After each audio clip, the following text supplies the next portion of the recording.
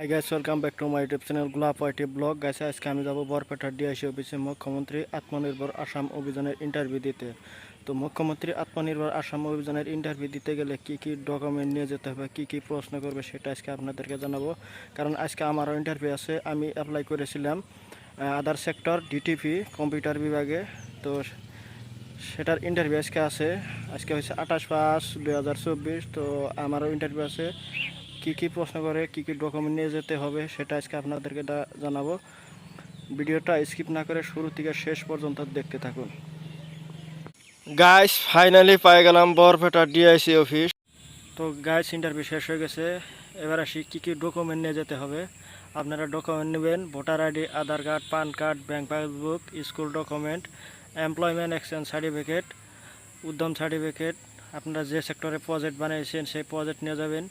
আত্মনির্ভর আসনের যেটা কলিং লেটার, সেই কলিং লেটারটা নিয়ে যাবেন। আর আপনাদেরকে যদি আদার্স ডকুমেন্ট থাকে সেই আদার্স ডকুমেন্টগুলো নিয়ে যাবেন। তারপর ট্রেড লাইসেন্স যদি থাকে ট্রেড লাইসেন্স নিয়ে যাবেন। এইগুলো নিয়ে যাওয়ার পর সেখানে ডকুমেন্ট ভেরিফিকেশন হবে। আপনারা ডকুমেন্টগুলো নিয়ে যাবেন, অরিজিনাল প্লাস জেরক্স দুটাই নিয়ে যাবেন। এগুলো নিয়ে যাওয়ার পর সেখানে ডকুমেন্ট ভেরিফিকেশন হবে। ডকুমেন্ট ভেরিফিকেশন হওয়ার পর আপনারা অরিজিনালগুলো দিয়ে দিবে, আর জেরক্সগুলো সেখানে রেখে দিবে। এবার আসে আপনাদেরকে কি কি প্রশ্ন করবে।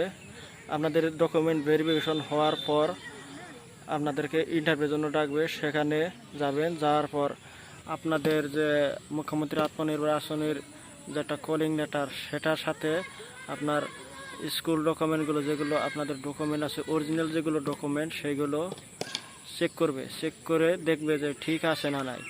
তারপর একটা সিম্পল কোশ্চেন করতে পারে যে তুমি কি কাজ করো, তোমার নিজের বিষয়ে বলো, তুমি কত বছর ধরে কাজ করো, তো কি কাজ করতে চাও, কি বিজনেস করতে চাও, ট্রেড লাইসেন্স আছে না নাই।